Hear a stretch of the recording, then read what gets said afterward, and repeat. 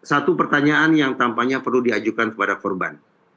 Wahai korban, 3 tahun lalu, kemudian selama 3 tahun, dan hari ini, sesungguhnya apa perasaan engkau terhadap pelaku?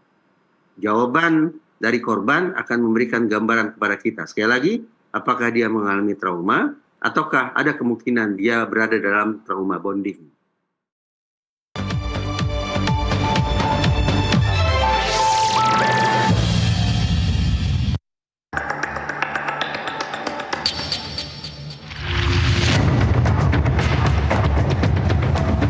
Cukup memprihatinkan. Kita akan melakukan hukuman seberat-beratnya.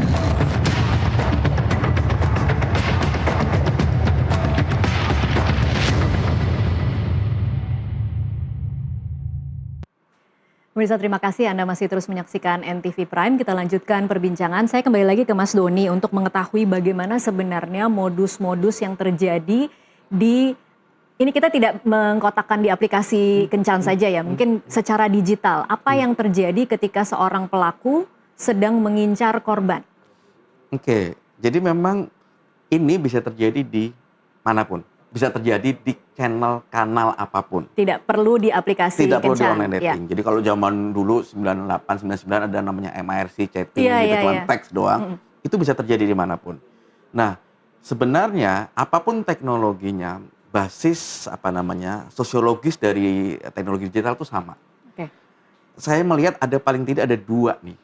Ada dua yang mengapa kemudian dia mengkerucut kepada kekerasan tadi ya, kekerasan fisik termasuk mungkin nggak saya tahu apakah ada kekerasan seksual dan segala macam. Yang pertama ini yang kita sebut sebenarnya dengan efek hiperpersonal model. Apa itu hiperpersonal? Itu ada kajiannya cukup klasik, dan hyperpersonal model itu begini. Persona yang dimunculkan tapi hyper yang dilebih-lebihkan, yang difabricated, yang dicurated. Jadi, tapi kan banyak sekali ya orang melakukan itu di internet. Iya, kan kalau kita bilang kan istilahnya pencitraan. Oke lah pencitraan kalau dia cuma bikin model tampil seperti orang sukses dan segala macam, oke. Tapi hyperpersonal model ini juga dimungkinkan untuk tujuan tindakan negatif. Misalnya, saya menjadi orang yang sangat ramah di internet, saya menjadi orang yang sangat perhatian, sangat sabar, padahal itu hyperpersonal. Itu satu sisi. Dan itu sebenarnya mudah dikenali, mudah bagi orang awam melihat bahwa ini kira-kira bukan orang beneran nih, ini adalah orang ciptaan. Kalau orang ini kemudian waspada dan kemudian mencari informasi. Dari sekitarnya dia follow apa segala macam. Cuman kadang enggak ya, gini, kadang-kadang orang, mohon maaf sekali, orang yang sedang jatuh cinta itu tidak mudah untuk kita ajak melihat lebih luas. Oke. Ya, ini satu sisi ya. Dari sisi korban atau target korban, itu ada yang lagi namanya efeknya itu adalah hilangnya batas hambatan psikologis untuk berbagi. Itu namanya disinhibition effect. Jadi maksudnya begini, begitu saya tertarik atau mendapatkan perhatian dari seseorang, maka saya akan dengan mudah untuk berbagi informasi termasuk data pribadi. Kan kita bisa bilang ya, kan sebenarnya itu kita data pribadi udah banyak disampaikan untuk tidak di-share di internet. Iya, kita yang cukup teredukasi. Makanya kan ada love scam segala macam. Nah, mereka akan berbagi apa? Berbagi password, berbagi nama, alamat, diajak ketemuan dan segala macam. Karena saya sudah terikat tadi secara emosional. Ini meskipun masih belum bertemu ya misalnya Mas Doni? Walaupun masih belum bertemu. Masih belum bertemu. Kan sebenarnya kekerasan bisa tidak harus dalam bertemu ya. Kekerasan fisik pasti harus ketemu. Kekerasan psikis kan enggak. Kekerasan finansial kan juga enggak harus ketemu. Tapi jalurnya sama.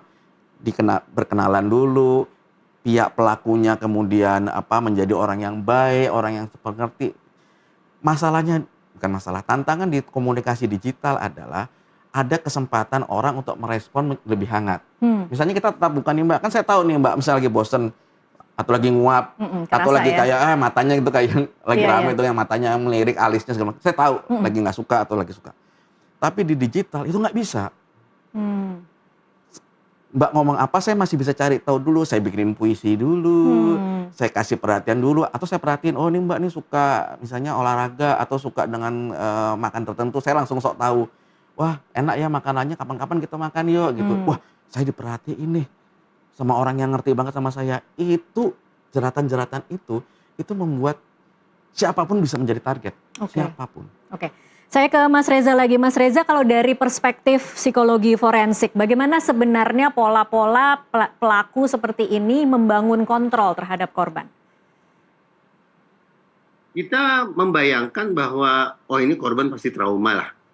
Dengan kondisi fisik sedemikian rupa, dengan perlakuan keji sedemikian dahsyat, dia trauma. Karena dia trauma, niscaya dia ingin menjauh sejauh-jauhnya dari orang yang membuat dia trauma. Itu anggapan kita. Tapi pertanyaan sekarang, kenapa korban ini saya menyampaikan dengan rasa kesedihan dan menaruh empati mendalam, tapi kenapa korban selama bertahun-tahun teraniaya, terazab sedemikian rupa, tapi tidak kunjung keluar dari lingkungan traumatis itu? Iya.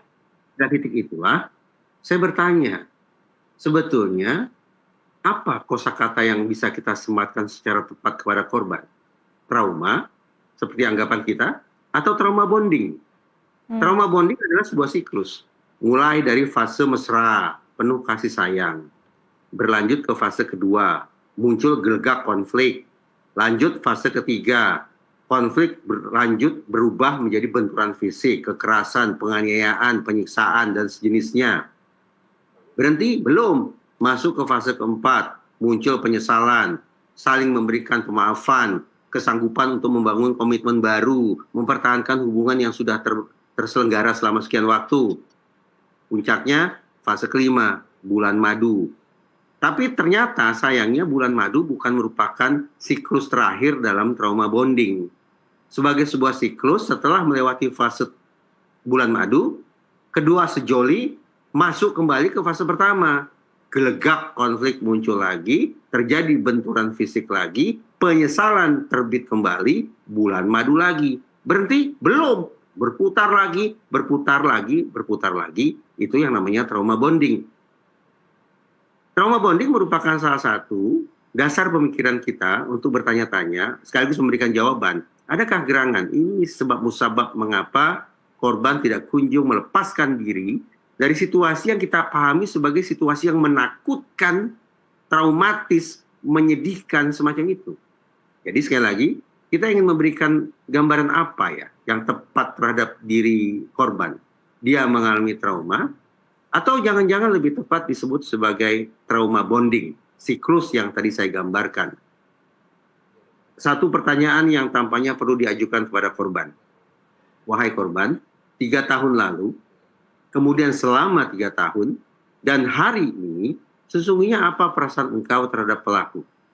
Jawaban dari korban akan memberikan gambaran kepada kita. Sekali lagi, apakah dia mengalami trauma, ataukah ada kemungkinan dia berada dalam trauma bonding? Oke, Mas Reza, ini kan memang kita masih dalam tahap masih bisa dikatakan minim ya informasi. Karena kalau tadi kita mempertanyakan bagaimana, ini memang selalu jadi pertanyaan untuk kasus ini adalah mengapa bisa selama itu. Kita tidak tahu apakah korban disekap dalam keadaan memang tidak berdaya untuk keluar dan melarikan diri, atau jangan-jangan begitu toksiknya hubungan ini sehingga dia dalam keadaan sebenarnya bisa melarikan diri tetapi tidak mau melarikan diri. Itu kan mungkin masih jadi pertanyaan ya Mas Reza. Tapi mungkin saya lebih penasaran lagi mencoba bertanya dari point of view pelaku, Mas Reza, menurut Anda bagaimana dia bisa melakukan penyiksaan yang sekeji itu? Ini mohon maaf mungkin pertanyaan agak sensitif tetapi mudah-mudahan bisa mewakili pertanyaan publik. Tetapi bagaimana seseorang bisa melakukan kekejaman sekeji itu tetapi menjaga batasnya antara melumpuhkan korban tetapi tidak mematikan korban dalam jangka waktu yang selama itu? Agar kita bisa menemukan jawaban yang definitif, maka kita harus melakukan sebuah metode yang terukur. Bagi saya pribadi, berhadapan dengan pelaku kekerasan semacam ini, ada 5 dimensi yang akan saya coba cari tahu. Dimulai dari riwayat adanya gangguan atau abnormalitas kekhasan-kekhasan psikologis pada diri pelaku, sekaligus riwayat penyalahgunaan narkoba. Ada atau tidak? Yang kedua, fantasi-fantasi kekerasan. Dia biasa baca buku apa?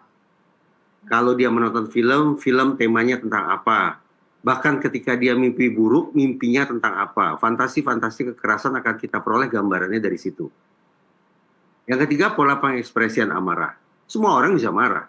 Tapi kenapa ada satu orang yang marahnya sedemikian berbahaya yang sedemikian kejam. Yang keempat, stabilitas pendidikan dan stabilitas penghasilan. Stabilitas pendidikan menyangkut bagaimana seseorang dari waktu ke waktu terus mengalami peningkatan kematangan kognitif dan pengayaan wawasan. Sementara stabilitas penghasilan bersangkut paut dengan seberapa jauh orang ini memiliki kemampuan untuk memenuhi kebutuhan dasarnya, termasuk kebutuhan kesehatan. Dan yang kelima adalah stabilitas domisili atau stabilitas tempat tinggal. Seberapa jauh dari adaptasi yang bersangkutan di lingkungan sosialnya, dan seberapa jauh lingkungan sosial bisa menerima kehadiran orang ini. 5 dimensi itu yang akan bisa memberikan jawaban definitif kepada kita, termasuk pertanyaan Batasya tadi, kenapa ada orang yang perbuatannya sedemikian rupa, dia melakukan kekerasan ekstrim, tapi pada batas tertentu dia seolah berhenti agar kemudian korban tidak kehilangan nyawa. Jawaban pastinya hanya akan bisa diperoleh lewat telaah antara lain dengan 5 dimensi yang tadi saya katakan. Oke. Butuh proses assessment yang cukup panjang mungkin ya Mas Reza untuk itu. Tapi kalau dari sisi korban dalam kondisi yang seperti saat ini, Mas Reza dengan kondisi luka yang separah itu tetapi masih bisa diajak untuk komunikasi, apa yang kira-kira ke depannya paling penting untuk diberikan kepada korban dalam proses pemulihan traumanya? Pertanyaan itu sangat jitu seandainya diberikan jawabannya oleh kolega dari psikologi klinis. Sementara saya lebih berfokus pada bagaimana kita bisa memaksimalkan proses penegakan hukum dengan memahami kondisi psikologis korban dan pelaku. Tetapi secara umum ketika kita berhadapan dengan seseorang yang kita asumsikan mengalami luka, cedera, atau trauma multidimensi semacam korban, tahap-tahapan penanganannya adalah dimulai dari penanganan yang sifatnya fisik. Jadi luka-luka yang sifatnya fisik, darah, tulang patah, gegar otak, dan sejenisnya itu yang akan didahulukan. Ketika kondisi fisik dianggap sudah cukup terkendali, masuk diselenggarakan ke bagian kedua, yaitu penanganan pada fokus psikologisnya. Cara-cara dia berpikir tentang pengalaman traumatisnya, cara-cara dia mengelola munculnya tiba-tiba kenangan buruk, itu berfokus pada penguatan psikologis korban. Dan berlanjut ke tahap ketiga, yaitu intervensi moral eksistensial. Bagaimana agar korban tidak sepanjang waktu terus-menerus menyikapi dunia, melihat dirinya sendiri sebagai, oke, saya adalah korban. Itu yang coba untuk direvisi, coba dikoreksi. Pada tahap yang ketiga atau intervensi moral eksistensial ini, jelas dukungan masyarakat sangat dibutuhkan. Dukungan keluarga apalagi, yang sayang beribu sayang. Secara menyedihkan, dengan segala hormat berdasarkan pemberitaan yang saya baca, tampaknya korban justru kehilangan faktor protektif yang paling fundamental. Apa itu? Faktor protektif yang paling fundamental itu adalah tempat yang sesungguhnya bisa menjadi tujuan bagi korban untuk pulang. Mengapa Anda berpikir seperti itu, Mas Reza? Karena kehadiran keluarga tampaknya tidak optimal. Karena itulah, tadi saya mempertanyakan apa perasaan korban terhadap pelaku. Sesungguhnya saya punya pertanyaan kedua yang sungguh ingin saya sampaikan kepada pihak keluarga korban. Yaitu, 3 tahun lalu, ketika anggota keluarga yang satu ini tidak lagi berada di rumah, keluarga korban melapor tidak ke polisi. Misalnya, Pak Polisi, kami kehilangan anggota keluarga. Katanya sempat ada laporan Mas Reza di 2023. Follow up-nya bagaimana? Ya, itu mungkin yang kita harus tanyakan ke pihak kepolisian ya. Dan isi laporannya apa? Tadi saya ingin memberikan contoh-contoh laporan. Kami kehilangan anggota keluarga, ataukah anggota keluarga kami diculik, ataukah anggota keluarga kami diperdagangkan, human trafficking. Apa isi laporan keluarga korban? Dan seberapa jauh kemudian keseriusan keluarga korban memfollow up, menindaklanjuti laporan yang sudah mereka sampaikan kepada polisi? Jawaban atas pertanyaan saya ini akan bisa memberikan paling tidak indikator seberapa jauh sesungguhnya keluarga masih bisa difungsikan sebagai faktor protektif fundamental bagi korban. Saya bergeser ke Mas Doni. Mas Doni, mungkinkah di era digital seperti ini seseorang itu disekap secara digital? Meskipun secara fisik internet itu ada. Pertama jadi gini, pada saat kemudian seorang sudah, ini cerita ini ya tadi ya. Pada saat alat komunikasi digitalnya sudah dikuasai oleh pihak pelaku, maka sebenarnya pelaku bisa mengirimkan pesan apapun yang difabrikasi. Artinya bisa saja, ini tadi konteksnya ya, menyambung pertanyaan sebelumnya tadi, keluarga tidak meneruskan pelaporan kepada polisi atau bahkan mungkin mencabut karena mendapatkan pesan dari korban, dalam tanda kutip korban, bahwa saya baik-baik saja, saya lagi bekerja di sini. Dan kalau nggak salah itu yang saya baca di beberapa media. Jadi seolah-olah keluarga menerima pesan dari korban, padahal itu adalah fabrikasi dari pelaku. Iya. Oke. Itu sudah tahapan yang di ujung bahwa kemudian sudah dikuasai. Oke. Kalau dalam posisi seperti itu, sekarang pesannya kepada masyarakat untuk misalnya mudah-mudahan tidak terjadi lagi ya. Tetapi kalau memang saat ini terjadi, ada seseorang yang kehilangan anggota keluarganya, tetapi masih bisa berkomunikasi secara digital. Tetapi keluarga merasa ada yang aneh dengan pola komunikasinya atau ingin mencoba menemukan anggota keluarganya. Seharusnya digital bisa digunakan secara maksimal kan untuk menemukan lokasi korban? Secara teknologi iya. Secara sosiologis tidak semudah itu. Oke, secara teknologi seperti apa? Jadi begini,